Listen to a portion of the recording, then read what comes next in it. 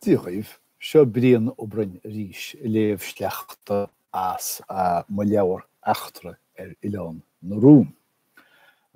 Baineann an scéal le beirt ógánach, Macdara agus Ána I bhrádaí, a bhfuil cónaí orthu nó amhrach ach a heistilíonn go héiríonn gach samhra.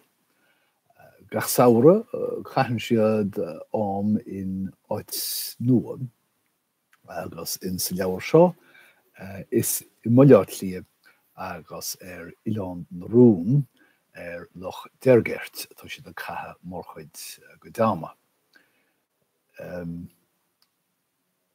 Tarlaíonn an sliocht seo, an neachtar seo, in sa teacha mbuileáit lia. Is an den teach seo dul an scéal, cé go bhfuil an seola Africa anó. Tá siad tar éis torann eisteacha a chluisteáil ó Íosloch an tí agus mar mhór an mistéir tá an torann is cosúil I teacht as siomra atá glasta agus nach bhfuil éon bhealach isteach ann. Baineann an bhistéir seo is cosúil le seódra seóda ársa de chuid Stát na Héireann ach níl is beag acu céitán ó cadtáid anna an torann hísan san Íosloch. So seo hé neachtra ána ag dúiseacht lár na híche agus ag dul ag fisrú an scéal. Torann san Íosloch. Rúise ána de phreab agus bhreana ina timpeall. Bhí an siomra dó doracha agus é chomh ciún leis an uaidh. De réir mar a chua súile I dtaithí ar a dorchadas, déach sí timpeall éis féin go faiteach. Bhí ga amháin solas ag lonrú trí scoilt mhídeach sna cortíní, agus gan le cloisteáil ach cur fo gaoiche trí na crín tíomhma ar a tráid. Ach fuist, nach ra rud dícin eile le cloisteáil? Bhí scríbe le cloisteáil ag a doras. Bhí na rúsaí scríbe máil, séimh, ré.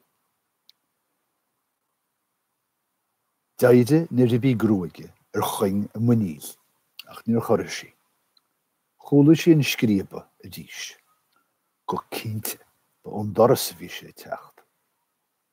Níor chláire I ána. Bhreanar sí go géir ar a doras agus in aineón na hagla deidir siún leaba agus chiúil ar a baricíní go dtí é. Bainniú stanga eiste nuair a tharla an scríbe ríis. Bhí sé teacht ó bhun an doras. Chromsí agus chua ar a ceir buin. Téist sí go géir. Dám seo chúla sí geonn íseal. Lig sí os na faoisimh. Daithn sí an gheonn sin gleo a bhí ann. Go ciún doscail sí an doras. Bhí gleo ina heasamhann sin a rubbal in áirde agus práinn ina húile. Rinne sé geonnaí le ríis, chas timpeall agus chruch lappa amháin in áirde. Céir é féinna gleo ar sa ána go faiteach. Chua gleo go bára staire agus chas timpeall. Chua leanúint ne. Chua gleo sí sa staire ag stoppa gach cúpla méadar agus a breanú ar ais. Lean ána é. Sís sa chúise. Thar thiomraí colata an chéad orláir agus sís go thurláir na talún. Siar an pasáiste leis agus sís sa staire go dtí an tíosloch. Thos a crí ána ag bóla go tréan. Ní éach sí dul sísan sin léithe féin. Ach bhí gleo in éon de léithe. Rinne sí méiríonn teacht ar a mála go dtí go raibh sí lasc an tulis den Íosloch. Agus dáirda a crí nuair a las an solas.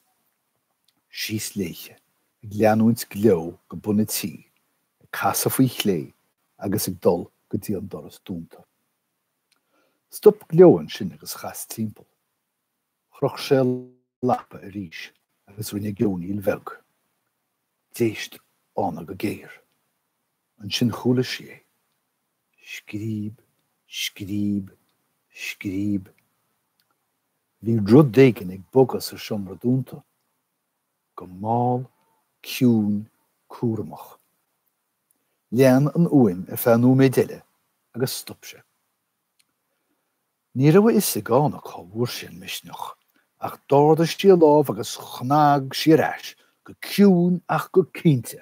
Cnág, cnág, cnág. Tharla scríbe úd amháin eile sa siomra, agus cnág éigin mar a bheith doras beag ó gúma. An sin ciúnas. Dan ána ar a gugaide ar feanómid.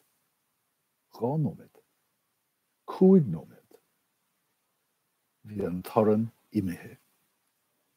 Dísle gleo a lappa agus dísle a rubbal.